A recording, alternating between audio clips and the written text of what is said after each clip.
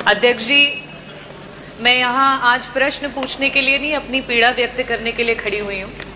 क्योंकि इससे पहले भी कई बार स्वास्थ्य विभाग माननीय मंत्री जी हैं, उप मुख्यमंत्री एवं स्वास्थ्य मंत्री जी,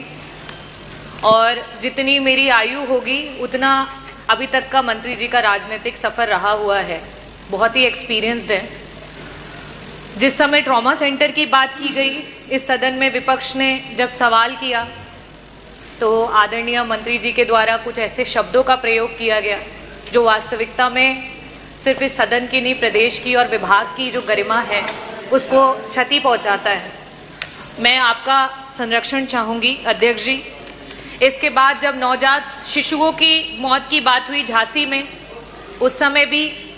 आदरणीय मंत्री जी के द्वारा नेता प्रतिपक्ष पे वार किया गया, ना कि उन बच्चों की जान कैसी गई उसका जवाब नहीं दिया गया। अभी हाल फिलहाल में वापस से जब स्वास्थ्य विभाग पे चर्चा हो रही थी तो श्रद्धेय नेताजी पे टिप्पणी की गई, जहां उनसे रिलेटेड कोई बात नहीं थी, और साथ ही साथ एक विशेष धर्म के लोगों पे कॉन्ट्रासेप्शन के ज्ञान को दिया गया जिसकी यहाँ कोई आवश्यकता नहीं थी। जब मेरे द्वारा इस सदन में मंत्री जी से प्रश्न पूछा गया है, कहीं ना कहीं मंत्री जी आहत हो जाते हैं या